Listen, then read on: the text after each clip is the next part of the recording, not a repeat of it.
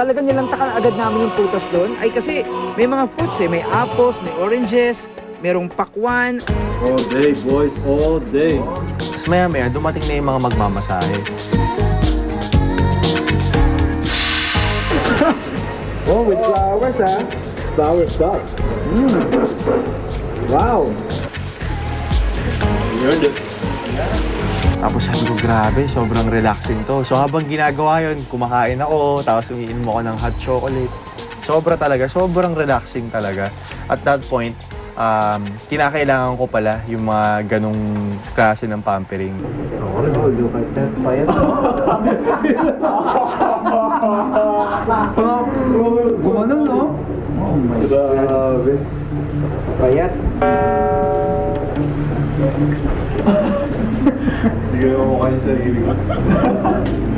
Pero nung nakita ko yung sarili ko sa salamin, oh my God, naawa ako sa sarili ko.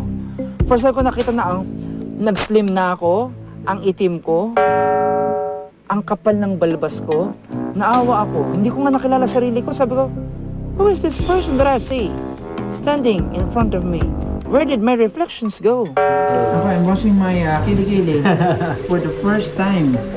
Kasi di ba, you had the chance to have a shower? Yeah, that's The reward? Oh, wow, but this is better. Yeah.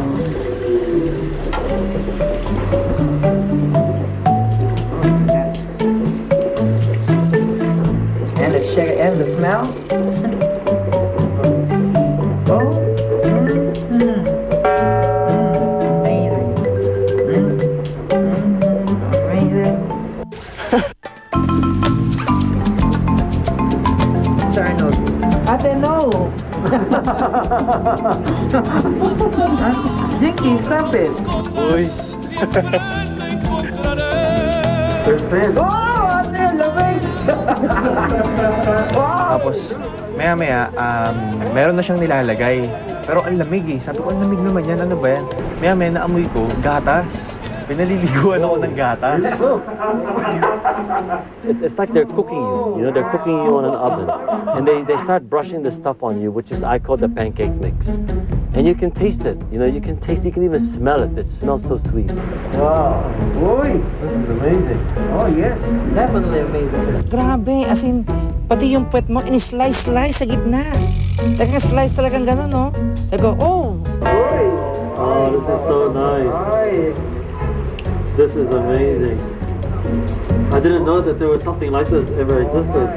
Nagulat kami, medyo lumalagpas na yung mga kamay nila. Kung saan dapat, hindi dapat pumunta. Hindi naman lumalagpas, pero medyo malapit-lapit na. Nagugulat lang kami talaga, napapatalong kami. Uy, bakit dyan? Dandahan lang. Pero enjoy naman siya. Talagang masaya. Thanks, Survivor. I feel like a fruit salad right now, man. Sarap. I'm glad. You look really tasty. Na. Wow. Hindi kaya kakainin ito? I don't know. Maybe this is what we're supposed to eat off each other. Nilagyan niya ako ng mga prutas. Kumbaga yung prutas, siya yung pangbanlaw yung mga nilagay niyang iba-ibang ingredients. So, ang sarap. Sobrang hindi ko alam na ganun pala nakaka-recharge yung mga prutas pag fresh. Tapos pinahid sa balat mo. Ibang klase. Pwede ba na? That's Oh, look at ate, nakilo-kili. Ate. Ate, dandan.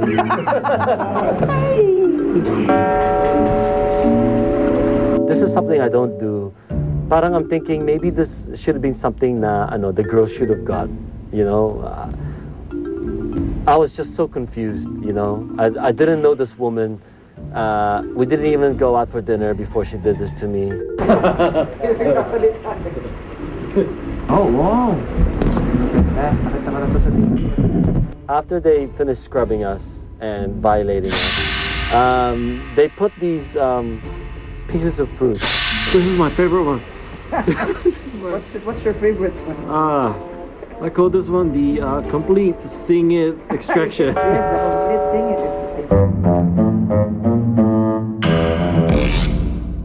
Bukas sa Survivor Philippines. Ako si stargazer. Ako isang psychic. I used yung psychic ability in a manner na is more scientific kasi I look at the energies, the aura. Will there be someone amongst us that we find love? Hindi malayo. May nabubuo. Laging may hihila sa'yo pababa. Kaya watch your back. Twin mo yan eh. Yung paghila sa'yo sa baba.